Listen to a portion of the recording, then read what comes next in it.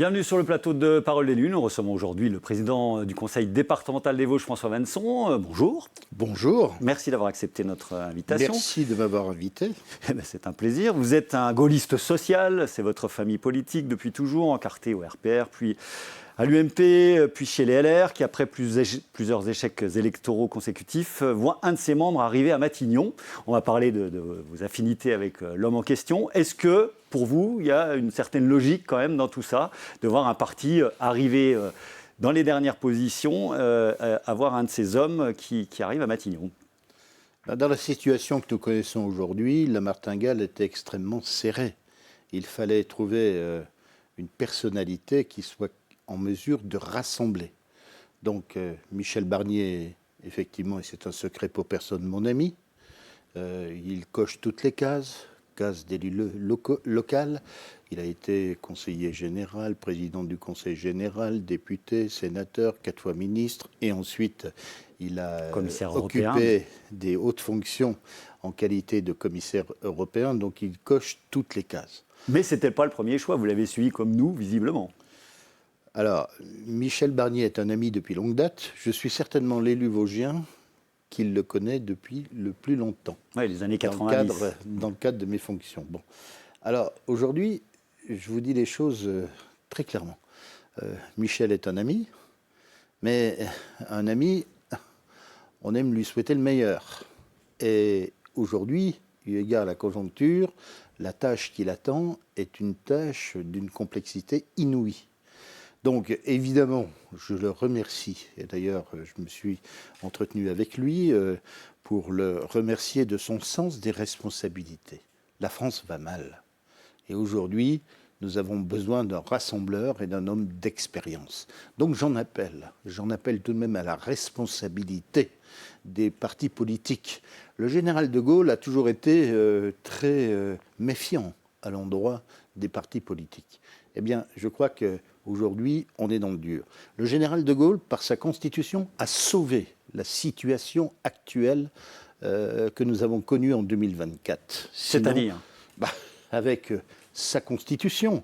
Imaginons un seul instant, une proportionnelle intégrale, un mode de scrutin qui aurait pu... on serait revenu à la 4e avec des gouvernements qui auraient sauté. Avec la 4e, etc.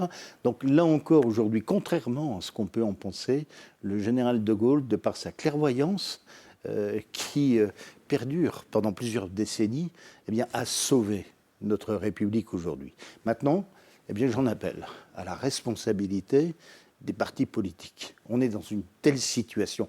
Les Françaises souffrent aujourd'hui. Donc maintenant, il faut faire face à nos responsabilités. Et regardez les premiers sondages d'opinion. Alors, il y a les petits arrangements politiciens, les manifestations à droite et à gauche. On va voir quelques images de la gauche, évidemment, qui a quand même gagné les élections, de fait. Oui.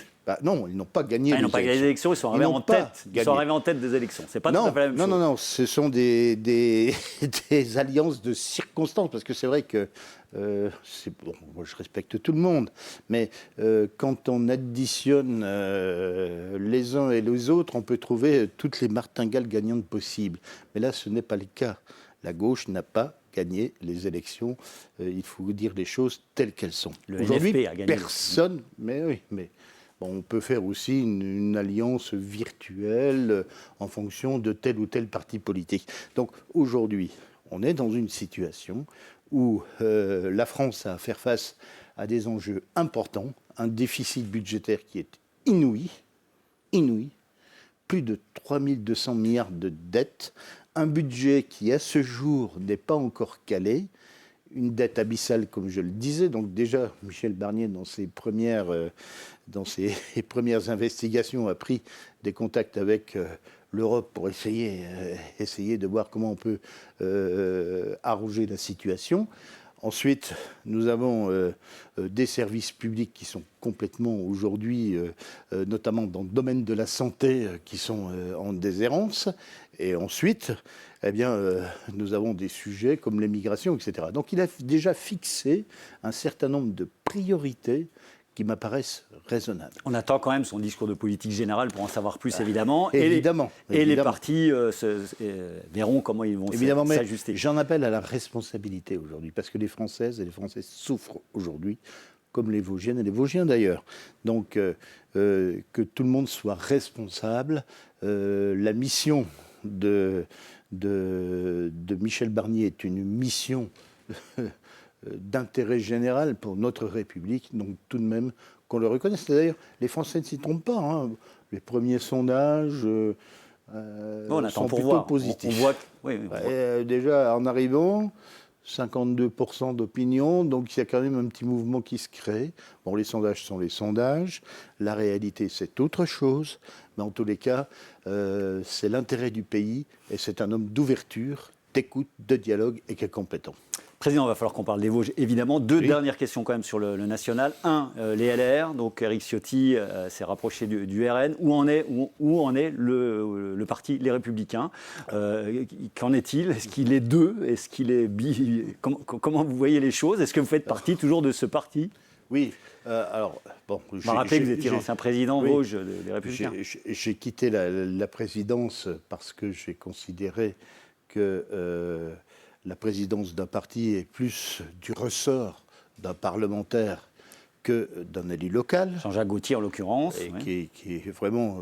Jean-Jacques est mon ami et véritablement une personnalité politique pour laquelle j'ai beaucoup de respect. Donc c'était tout à fait logique. Après plusieurs années, enfin, j'ai fait ma mission au sein des LR, on est bien d'accord. Bon, alors maintenant... je vais vous dire les choses comme je le pense. Je ne suis pas vraiment satisfait des déclarations de M. Ciotti. Et notamment à l'endroit de M. Barnier. On est bien d'accord. Donc, après, il y a deux solutions. Soit on quitte le navire, ou bien là encore, de l'intérieur, on essaye, le moment venu, parce qu'il y a des procédures qui sont en cours, eh bien, on essaye de dire, nous sommes présents, nous avons une autre voie pour notre parti gaulliste.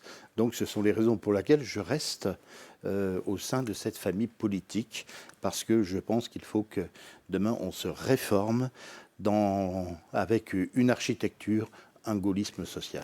Famille politique qui comptait jusqu'en 2007 Bruno Le Maire, le ministre en charge de l'économie depuis l'avènement d'Emmanuel Macron, qui a sorti un peu la sulfateuse à l'encontre des collectivités locales, jugé responsable selon lui d'une bonne partie de l'aggravation du déficit public qui pourrait atteindre, Président, 5,6% du PIB. On imagine, vous n'êtes pas resté tranquillement sur votre chaise en entendant ces déclarations? On ne se trompe pas? Ce qui aurait été bien, c'est que si Bruno Le Maire avait un jour assumé les responsabilités de chef d'exécutif. Il ne l'a jamais fait jusque maintenant. Local, hein, on parle bien sûr, oui. Bien sûr, local. Donc, s'il avait été un jour maire, président de conseil général ou départemental ou président de région, je pense que cela lui aurait permis d'être mieux éclairé sur l'état de collectivités. Donc, n'oublions pas une chose. On parle de déficit, mais les collectivités territoriales sont juste obligées, contraintes de présenter des budgets en équilibre. Donc voilà, donc une fois qu'on a dit ça, on a tout dit. Le déficit de la France n'est pas dû aux collectivités territoriales. Et d'ailleurs, dans les Vosges, nous avons une situation financière qui, alors je touche du bois, je ne sais pas si c'est du bois, mais c'en est. Vous en avez, mais qui est plutôt satisfaisante.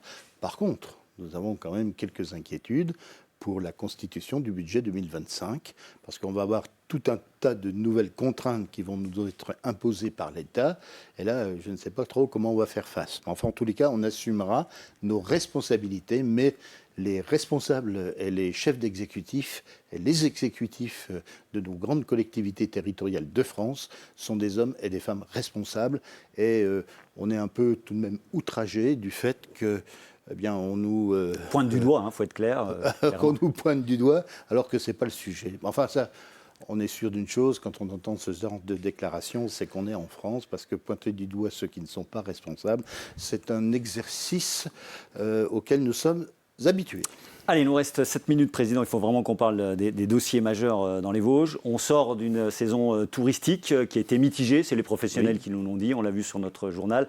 Début de saison très compliqué. La météo, bien évidemment. Les Jeux Olympiques, peut-être. Et puis, une deuxième quinzaine de juillet, un mois d'août beaucoup plus porteur.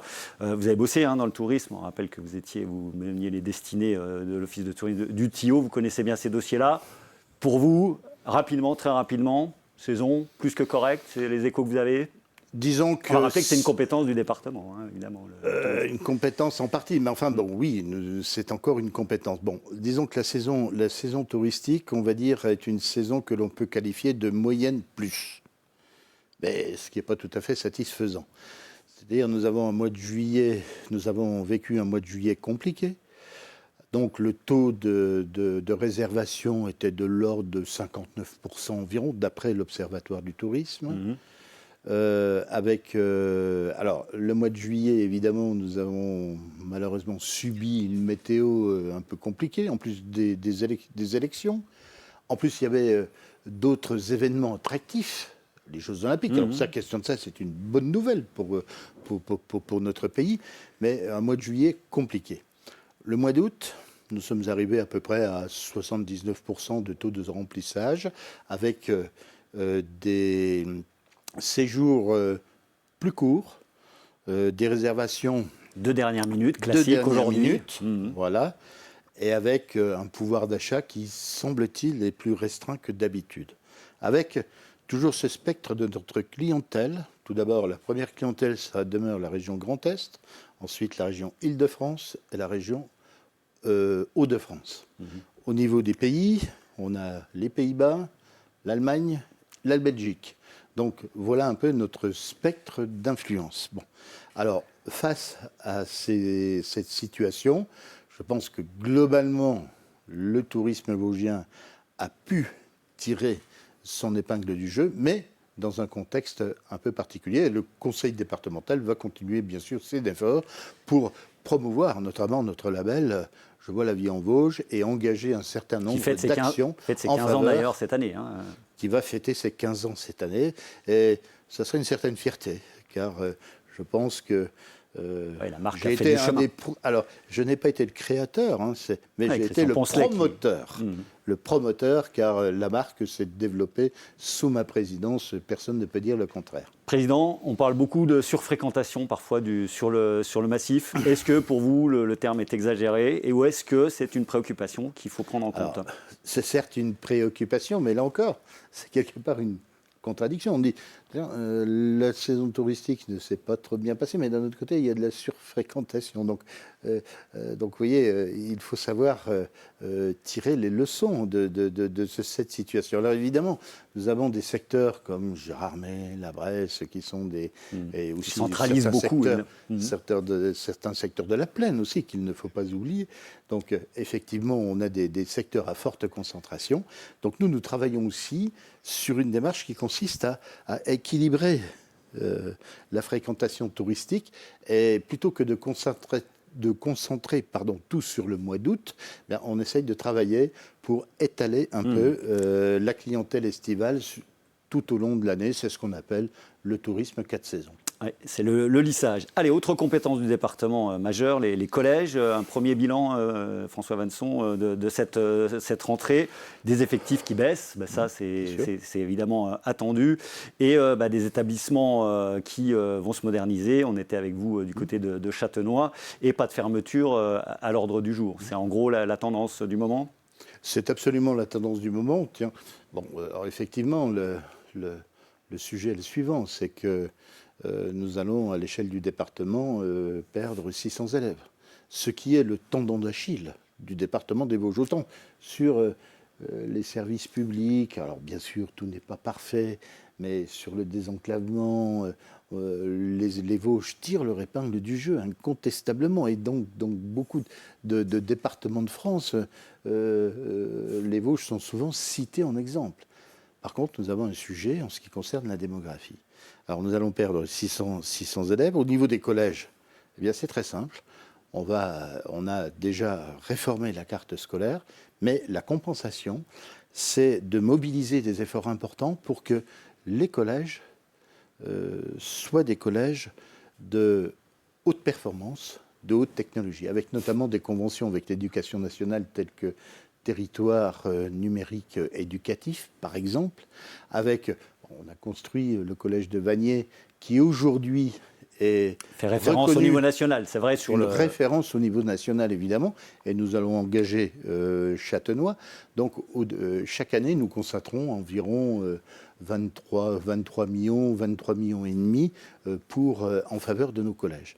Et nous sommes attachés à certains fondamentaux, c'est-à-dire notamment la restauration scolaire, c'est 1 500 000 repas, où nous avons nos agents qui, effectivement, sollicitent aussi de la plateforme agri-locale. Voilà. Ensuite, en ce qui concerne les nouvelles technologies, tous nos collèges sont collectés.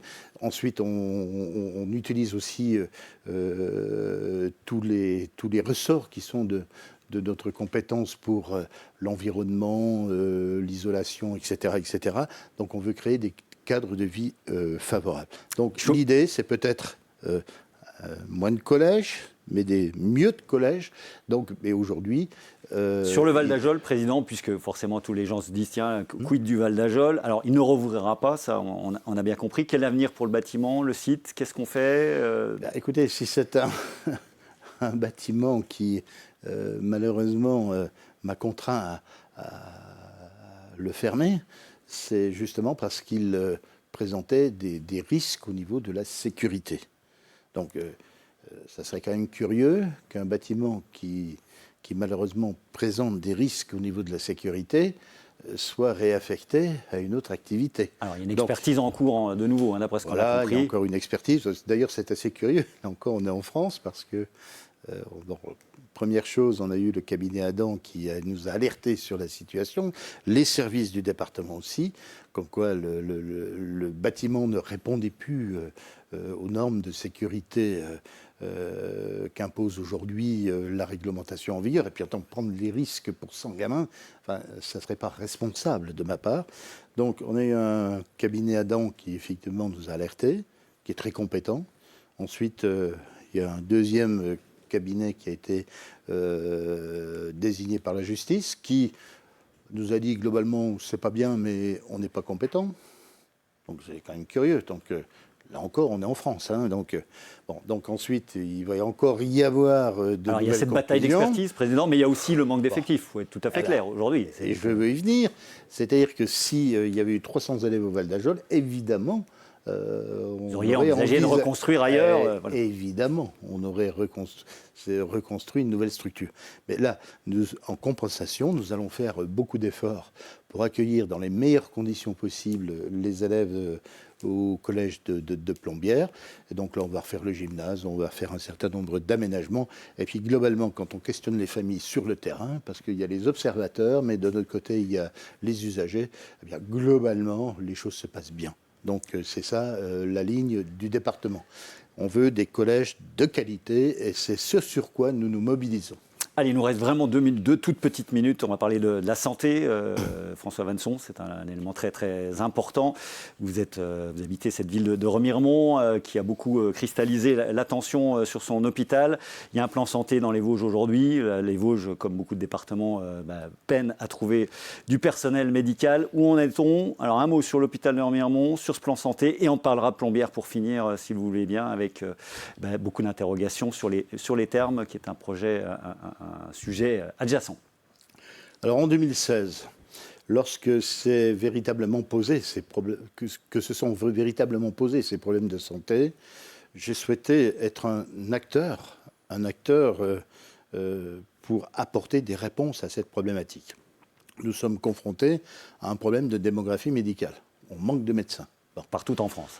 Partout en France. Donc l'idée, c'était tout simplement de rendre le département plus attractif au niveau, de manière à inciter les praticiens hospitaliers, les médecins à s'installer dans les Vosges.